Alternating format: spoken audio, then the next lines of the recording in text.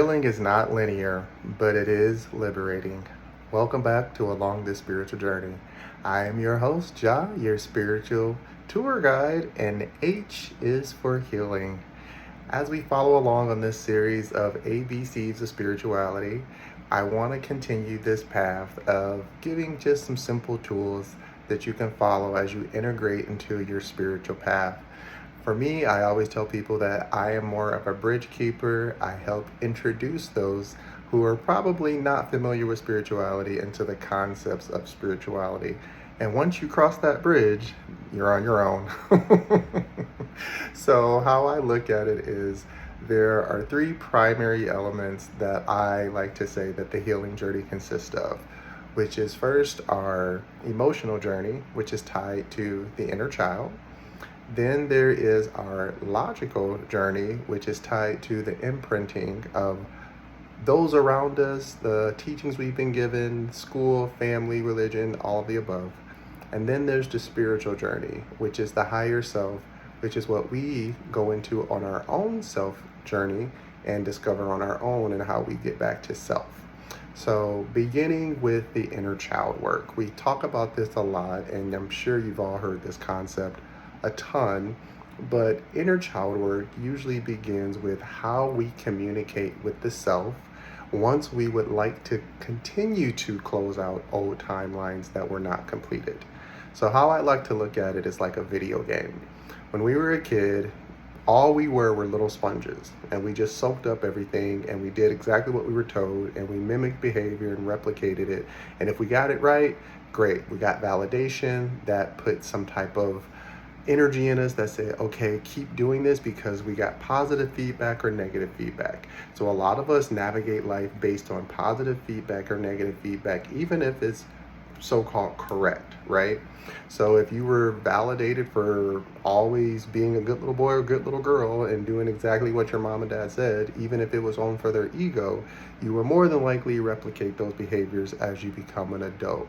What that looks like is gossiping for the sake of gossiping, or being a tattletale for the sake of being a tattletale. Why? Because you got rewarded for superficial things that validated the ego of those parentals or higher ups who we were trying to get that validation from. And so as we continue to go throughout life, sometimes there were situations that happened where our parents would say, don't do that. And you'd be like, why? Because I said so. I know a lot of us grew up that way, maybe not all of us, but a good majority of us had parents who were very much authoritarians, and they were like, because I said so, and that's the answer. So you walked away not knowing the answer. That's an incomplete cycle, right? Like they say, don't touch the stove. Okay, why? Just because I said so. But then you're thinking, why can't I touch the stove? Eventually, you are curious as a kid, you touch the stove, it's hot, you burn yourself, and they say, see, I told you. But there was no cycle of completion there. It was only, I told you to do this. We have curiosity. Because we have curiosity and no answer, we get punished for it. So that puts in a negative mindset or a negative emotion inside of us that, oh, I should probably just listen to everything someone says versus questioning it. And this is where we get stuck in loops of denial, anxiety, regret, because we never had the opportunity to explore. Now, if you had someone who said, don't touch the stove because it's hot, you'll burn yourself. Fire is hot, you don't want to burn yourself. That's a complete cycle, because as a kid, I'm going to hear that, I'm going to listen and say, I understand. Of course, the curiosity is going to kick in. I'm going to try to avoid it, but eventually I'll burn myself and realize, that's what they meant. Fire's hot. Now I should probably be more aware and try to pay attention. This is how you complete cycles for emotions. That's why sometimes when we talk about gentle parenting, a lot of people misconstrue it and think it's about talking in a voice like this and don't do that. That's not gentle parenting. Gentle parenting is about not flipping out on them because they don't know, right? If something doesn't know, why are you going to punish it for not knowing? That doesn't make sense. So in the course of correcting something, even if you have to repeat it, remember, growth is a repetitive cycle, so they're not going to get it on the first try. So yeah, you might be frustrated that you have to repeat something as a parent or an adult to a child, but that's part of their growth process. So again, Punish them because they're trying to disobey you. Don't punish them because they don't know why they're disobeying you. Does that make sense? Like if you told them over and over and over not to do something and they did it, then yes, that to me says, okay, you punish them how you choose. I can't tell people how to discipline their children. That's up to you. Just don't beat them. I mean, come on now. But there are situations where you told them and they forgot. It happens. It's a part of the cycle of growing. So when we become adults, now we have the opportunity to say, okay, you're out doing something and you decide to, let's say, stay out late, right? They always say, don't stay out too late. Okay, you're an adult now. I'm staying out late. Okay, so you get to go out, party, stay out as late as you want, and you do it. And then you go home, and it's early in the morning, but you have stuff to do, and you're tired. That's when you as an adult get to say, okay, I get what they're saying. Don't stay out too late. Make sure I'm safe, but also be responsible. That's the lesson that was trying to be taught.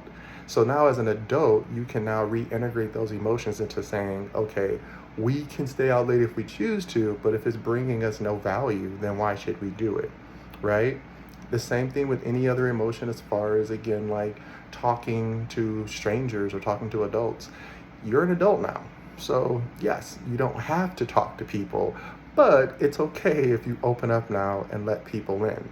So again, people forget it's very minute, but as a kid, if you're told don't talk to anybody, well, you probably grow up and really don't talk to too many people. It just becomes second nature.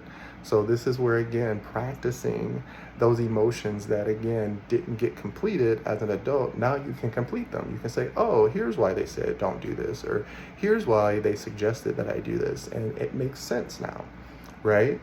Even like emotions when it comes to relationships. There's times where I've noticed that if you are dating someone, and I think this comes up a lot in the avoidant and anxious relationship, right? You have one person who was probably over-parentified to the point that they don't ask any questions. They're not used to dealing with their emotions. They shut down easily because they were told, don't express your emotions. Logically speaking, I'm the adult, I'm the parental, you respect my authority. So now, if that person meets anybody who does the opposite of that, who's boisterous or speaks their opinion or does anything, to them it might come off as disrespect because they were taught it's disrespect, even if it's not, because you're adults. Same thing for someone anxious who's always given validation and always told what's going on. They'll probably expect an answer. And so if you grow up and then you meet people who don't give you answers, you probably become very assertive and like demanding answers, which is not necessary all the time because, again, as an adult, we can recognize everyone is not on our same path of understanding, growth, or openness. So we have to be willing to make space for ourselves and others. That's the level of emotional intelligence that I speak of when I talk about, again, not trying to correct other people's behaviors, but being able to modify and adjust your own behaviors, emotions, so that you can self-soothe and heal without crashing out per se, right? Because the most important part, I always say, is our autonomy, knowing how to self-govern self.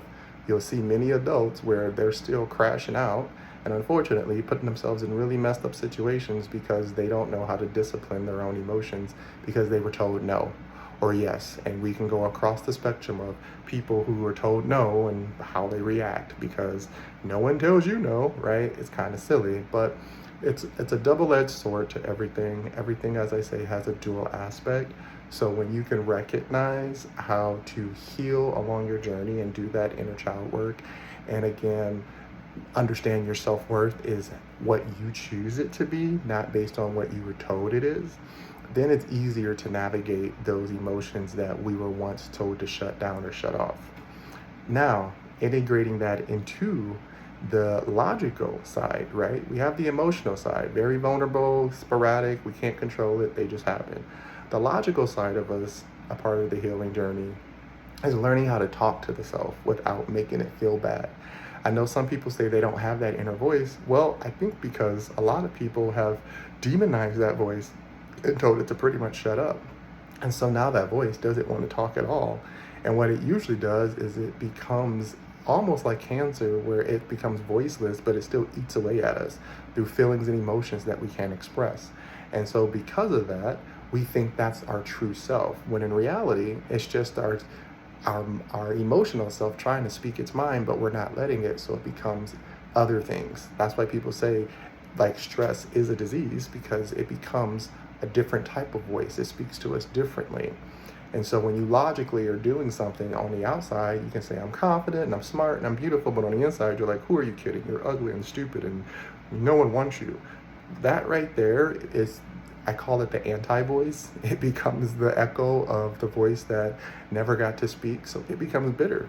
It becomes very bitter. And I know a lot of people can relate to this, because if you allow yourself to get so used to always pretending to be happy and masking, and then on the inside, you're always doubting everything and making yourself feel bad for it, the body is going to remember that. And because of that, the body stores it as memory, and that memory gets interpreted into what we call our logical thinking.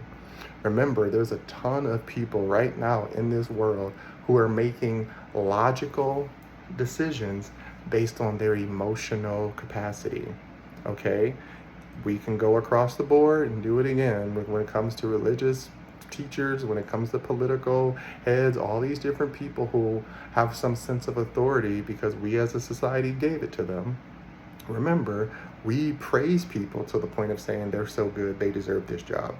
So regardless if it's good or bad, right? There's no such thing as really good or bad in the aspect of negative and positive. Negative and positive becomes morals. That's what makes it good or bad. So I say you can agree that, again, taking someone's life is wrong, but in a situation where it is back to animalistic, where you're protecting yourself, if you had to, then that is seen as not a negative thing, right? If you're trying to protect yourself from something that's hurting you, it's a double-edged sword. So that's where discernment is important. So again, when we go back and we start thinking about all of these aspects of logical versus emotional, they're one and the same. So when you can heal your logical thinking, which Dr. Joe Dispenza talks about it all the time, when you can rewire your neural plasticity and everything in your mind, and you can make new pathways of thinking, that makes heart integration, because now your heart is like, oh, this is new, I've never been here, let me try. And you go back to that inner child of jovialness and exploration and trying, versus being cold and stagnant and saying, nope, I'm never going to try, it's never going to be that. And you just keep compressing. And so the thoughts believe that it's true. And so when you do that, you don't allow yourself to heal, and you don't allow the mind to liberate. Because we have to think about, even in that aspect, again, when we talk about where we are right now in this world, where people are literally regressing back, talking about what race is, what, orientation is, and everything else. You know what I'm trying to say? They look at it as lesser than, because someone told them that their beliefs are more important than other people's values or somebody else's life. And that's crazy. Like, your feelings about something should not dictate how someone else lives. Regardless of how we want to talk about it, nature itself has always run itself. There's always going to be some level of discourse. That's part of nature. But for the most part, we are all self-taught, because all we have done is, even if someone tells us to do it, we have learned how to do it on our own. Think about a little kid who has to learn how to use the potty. Yes, they get observed momentarily by an adult figure, but eventually they leave them by themselves, and then they have to learn how to do it. And then they're like, okay, yay, I know how to wipe myself. I know what I'm doing, right? That's self-taught. Even if you were taught by somebody or shown, you still have to physically teach yourself. That's why we have to remember that the physical body is a blessing. Being able to walk is a privilege. Being able to talk is a privilege. Being able to see and hear are privileges, because not everyone is awarded these privileges. So when you have them, you're supposed to exercise them adequately so that they don't get lost in translation when you start feeling things, because feelings are going to happen. They are chemicals. I say it's a chemical reaction. It's like a formula.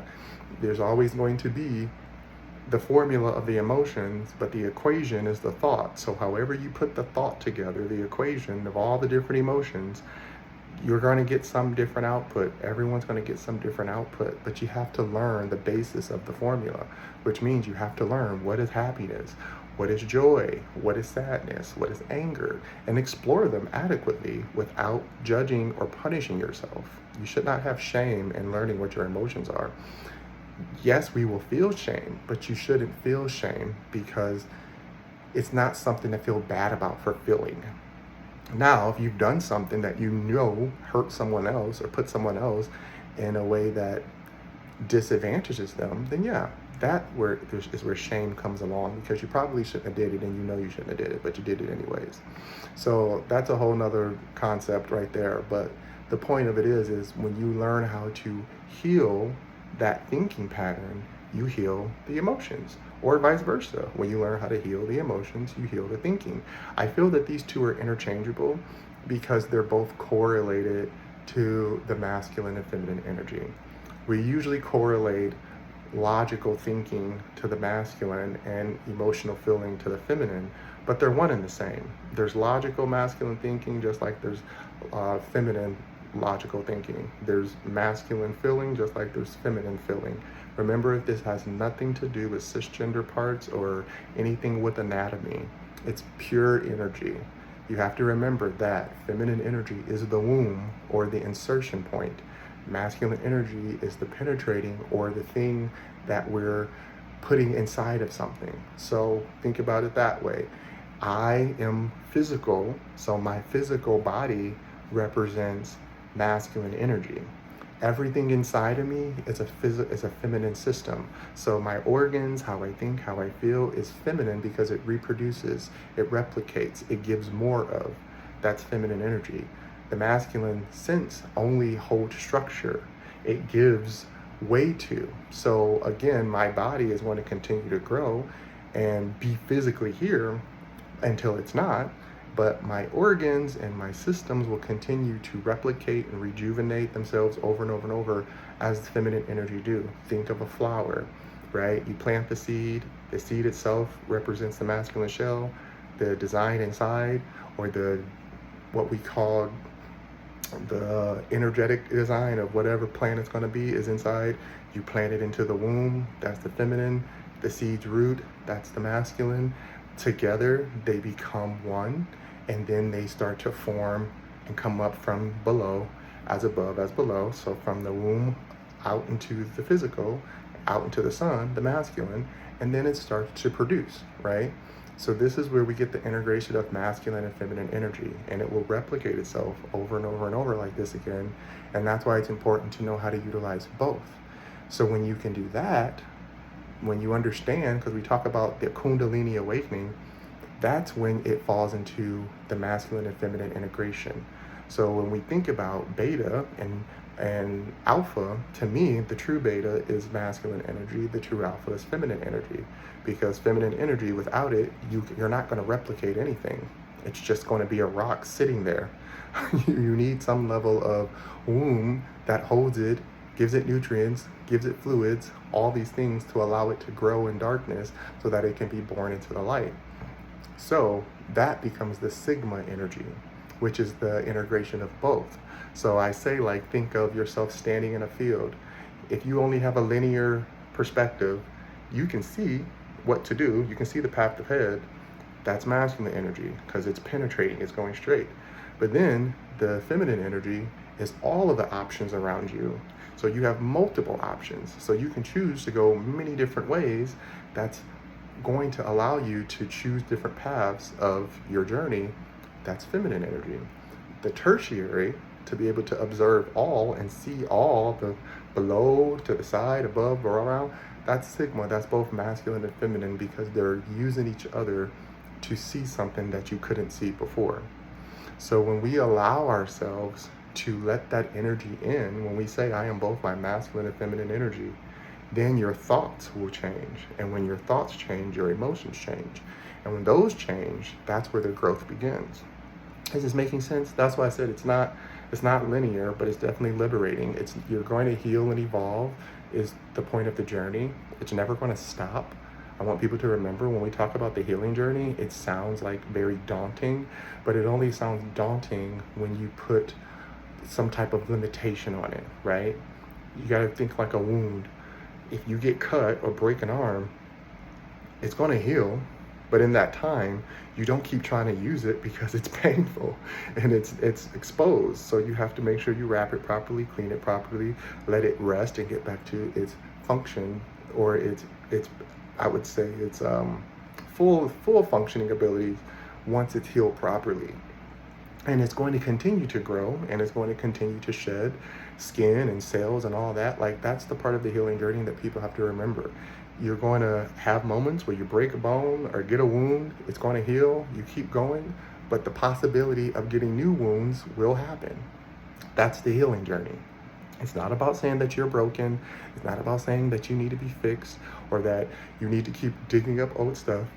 It just simply means that once you learn the process of healing, learn how to master it so that you have discernment, so that when things keep happening, or you walk into situations where something happens that you're not familiar with, you can rely on your emotion. You can rely on the balance of, okay, don't overreact, don't flip out, process what's happening. Am I okay? Am I safe? Can I escape? Do I need to escape? Right? Then you use your thoughts. Your thoughts are, okay, well, I can go this way and I can do this, or if I dodge and go this way, it'll miss me. Okay, because thinking is the strategy. Emotion is the plan, but the strategy of how you're going to implement it is the logic. And that's where I say it does come back to the masculine side, where it usually gets associated because you have to act. If you're just thinking and daydreaming and imagination, I say that's feminine energy. But if you're thinking about what you need to do next and how you're going to do it, that's masculine energy. You see what I'm saying? How it's dual aspects? Everything in life is a dual aspect. So you can flip it any which way you want as long as you know how to keep track. It's just like a video game. There's many different levels and many different boards and many different places you can go, and you have some save points where you think that's the right part of the game, but in reality, once you figure it out, you're like, I didn't even have to do that whole journey. I could have went over here and beat the game a long time ago. But you don't know that until you go experience it. So when you allow yourself to feel feelings, when you allow yourself to think thoughts, and you integrate them together, that's the spiritual journey, right? The emotional intelligence is learning what emotions meant and mean. The logical journey, which a lot of people stick on, is what can I physically do in this world right now to achieve A, B, C, D? But people achieve A, B, C, D, and they're still depressed. They're still not happy because they haven't resolved those emotional cycles that they should have. Like, why do you think you need more? Why do you want more? Once you have more, what does that mean, right? Because a lot of people want more, but they don't even know what it means. They just know others have more, so they want more. More for me is, I want to feel safe, and I want to feel like I don't have to worry about anything or stress about anything. And in order to achieve that, that means that I have to make sure that I'm allowing myself to say it's okay if I don't get what I want in that moment. It'll come later. Or it's okay if everything doesn't always go the way I planned, as long as I know how to pivot and make a new strategy, right? This is how we allow ourselves to keep growing and healing on this journey, which opens up new pathways along the spiritual journey. And then when you start to listen to the silence, right? That's the part that makes it magical, because the imagination is the spiritual side of us. Dreaming is the spiritual side of us. So when we say pay attention to dreams and pay attention to your imagination, or when you're just walking down the road and you hear this whisper of a voice or a thought pops in, that's spiritual, because you're allowing yourself to receive. Some people really don't know how to receive that way. They just doubt it and say, oh, somebody else is going to do it, or no, I don't believe in that. Okay, that energy is going to go find a vessel that does believe in it, and it's going to be used properly through it. Remember, we are all vessels waiting to be poured in. We are all also antennas waiting to tap into a frequency or a vibration, right? Because when you think about frequency and vibration, they seem the same, but they're not. Vibration to me is, I feel drawn to something, and because I feel drawn to it, I feel attracted to it. But that's not necessarily mean that it's meant for me. It just means it's familiar. Frequency is like energetic, I would say collective consciousness that we can all tap into, where joy is a frequency. Everyone can tap into joy if they choose to. But you can also vibrate to you want to race cars. That's a vibration. Everyone doesn't want to race cars, right? But a lot of people do. I feel that's a vibration of an energy versus a frequency, which is more of a higher self of emotion. So learning how to integrate those two is again how the spiritual journey is going to connect as far as communicating to you, so that you know when people are like, well, what job should I do? What should I invest my time in? Okay, well, for me, vibrationally, I am drawn to wanting to coach and help. As a kid, I never got answers, so I've always wanted to get answers. I do a lot of research to find answers, and so for me, that's a vibration. The frequency has become spirituality because I feel that there are energies that speak with me, through me, and use me in a way that I've noticed it's not for other people. So there is a vibration that I can connect with all, but there's a frequency that I can hear and see that others can't. I hope that makes sense. So like the vibration is the radio and the frequency is the channel that you tune into. So I can utilize the radio to listen and get information and sound and all that, but the channel I can tune into is the frequency of the information I'm going to receive. So again, depending on how you choose to vibrate, may it be good or bad, right? Because remember, energy only likes concentrated energy. So if you are concentrated on being negative, you will pull in all negative aspects of negative energy and negative people and negative experiences. And then you'll tap into the frequency of anger and hate and pain. And because people reward you for it, you'll think it's normal and validated even more so. Versus people who are usually positive. And again, I know for some people it's like toxic positivity. There are some people where it seems like they will bypass. There's spiritual bypassing, there's emotional bypassing, there's logical bypassing. But it's also that aspect of sometimes you have to be delulu in order to make it real. So being in a positive energy will attract more positive energy. And when you attract more positive energy, then you're able to tap into a happier frequency. Will that be the case all the time? Absolutely not. But it's about practice. And it's just like any other muscle on the body, you have to exercise it. You have to exercise the healing journey. You have to exercise discernment. You have to exercise the emotions, thought, all of it, because they all are encompassing. And so again, when we talk about giving yourself grace, that's what it means. You don't want to make yourself feel bad for learning. Learning should be fun. Learning can be frustrating, don't get me wrong, but once you know it, you'd be like, oh, I got it now. Don't it feel good? I know everybody didn't have that moment where they're like, I don't like this. It's so frustrating. It seems so hard. But then once you break past that barrier, once you get past that obstacle and you're on the other side of, I got it, you're like, oh, okay, light and free, and it's all happy and go lucky.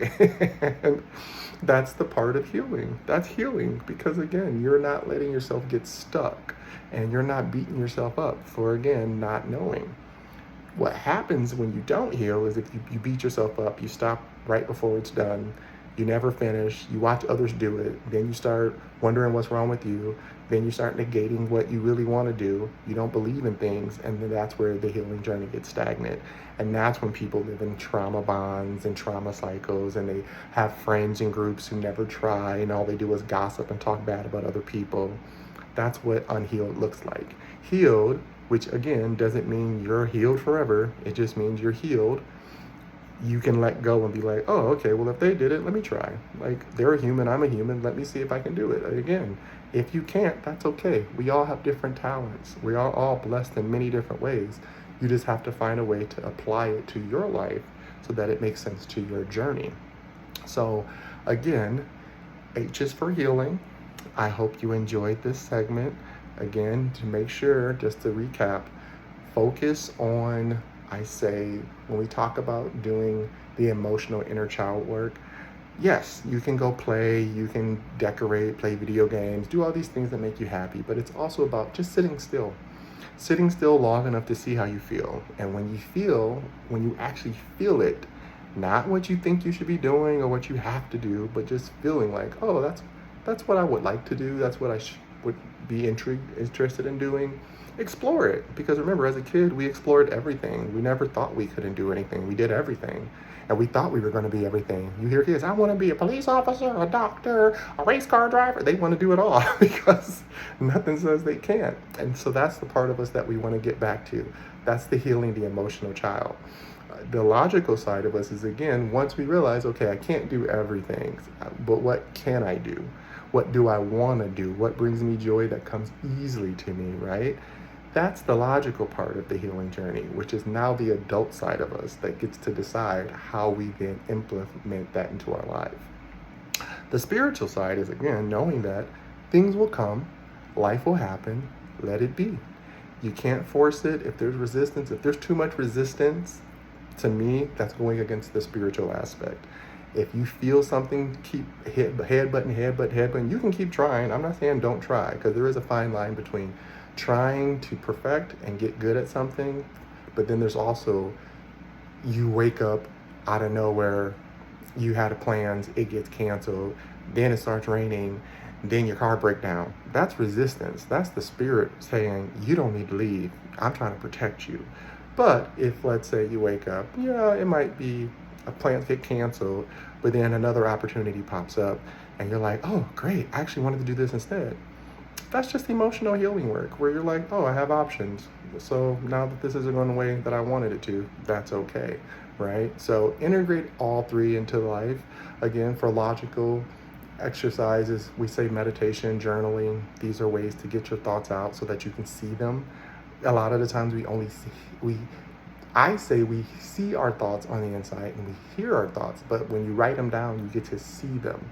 And a lot of times you're like, oh, I never even knew I knew that. And it's quite amazing.